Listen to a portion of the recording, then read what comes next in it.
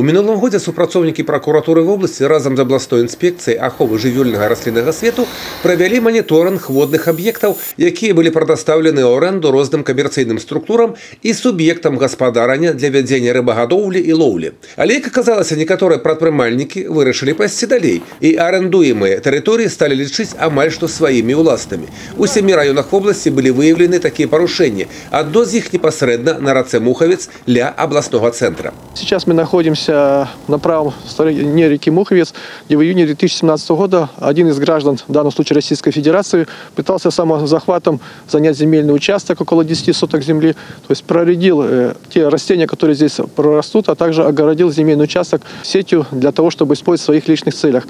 Другая праблема – самазахоп зямлі. Такія выпадкі былі выяўлены ў Баранавіцкім, Маларыцкім, Іванаўскім і Брэсцкім раёне. Прыклад зноў жа на рацэ Мухавец, дзе ўладальнік прыватнай сядзібы палічыў тэрыторыю вакол дома і лес таксама сваёй уласнасцю. Мы с работниками землеустроительной службы в ходе рейда проводили проверку соблюдения законодательства о занятии земельных участков. Был установлен факт, что один из предыдущих владелец одного из домов, который находится за мной за спиной, огородил земельный участок, где-то порядка 15 соток земли, металлическими железными трубами для предотвращения доступа других граждан, которые могли бы проехать к реке. Доходило до того, что по информации, которая раньше была, кидали вплоть до того шипы, то есть пробивали колеса для того, чтобы граждане просто не могли выехать нормальным образом отдохнуть. Такие факты тоже имели место, к сожалению.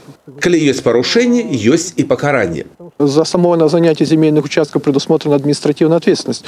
То есть граждане привлекаются к административной ответственности постановлениями судов. Штраф предусмотрен от 10 до 50 базовых величин. Что касается юрлиц, то штраф за само занятие земельных участков от 20 до 50 до 100 базовых величин. И в отношении юридических лиц штраф установлен от 30 до 300 базовых величин. Ну а за самое строительство штрафные санкции гораздо жестче. Юрий Печур, Александр Сивицкий, телерадиокомпания «Брест».